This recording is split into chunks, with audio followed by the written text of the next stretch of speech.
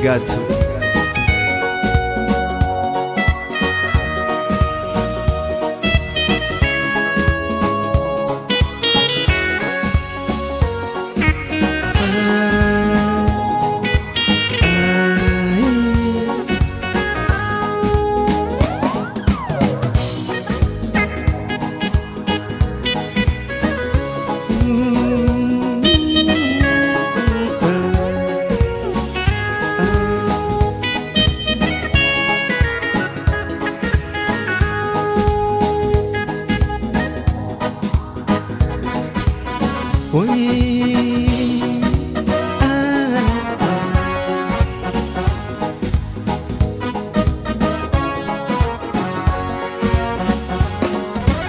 Yaa ibsitu ni bareedda haf fakkaata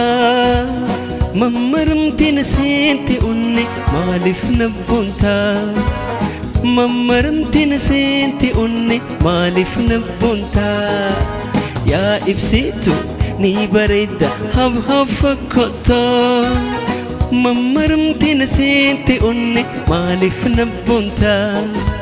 mammaramtiin seente onne maaliif nabboonta situ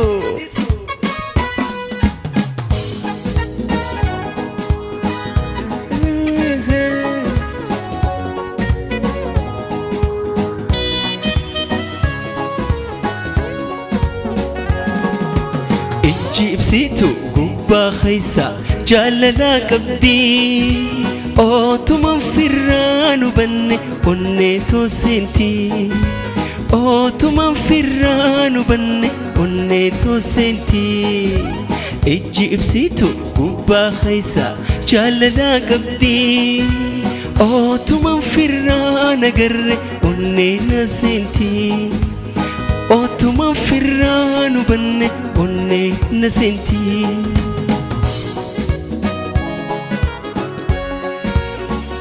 way ibsitu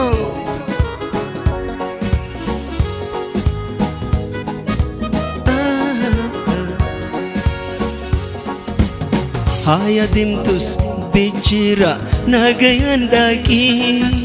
xaalayaa jalanaa na firgi postaatti naqi xaalayaa jalanaa na firgi postaatti naqi haya dimtus rabbi jira nagayan daqi xaalayaa jalanaa na firgi postaatti naqi xaalayaa jalanaa na firgi postaatti naqi situ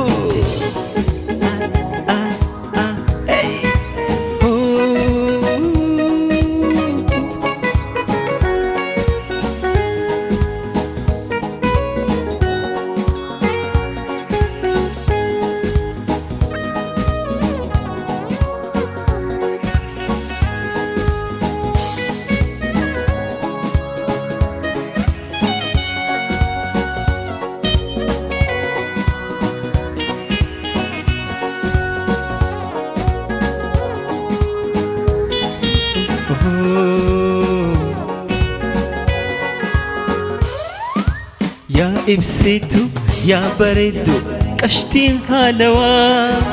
yoomuman ijaan si arge siiniin haasawaa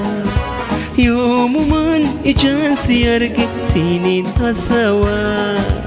yaa bareeddu tiyya ibsitu qashtii haalawaa yoomuman ijaan si arge siiniin haasawaa yoomuman ijaan si arge siiniin haasawaa yoomuman ijaan si arge siiniin haasawaa ibsitu yoomuman ijaan si arge ansiin haasawaa ibsa yoomuman ijaan ibsa ibsitu bareeddu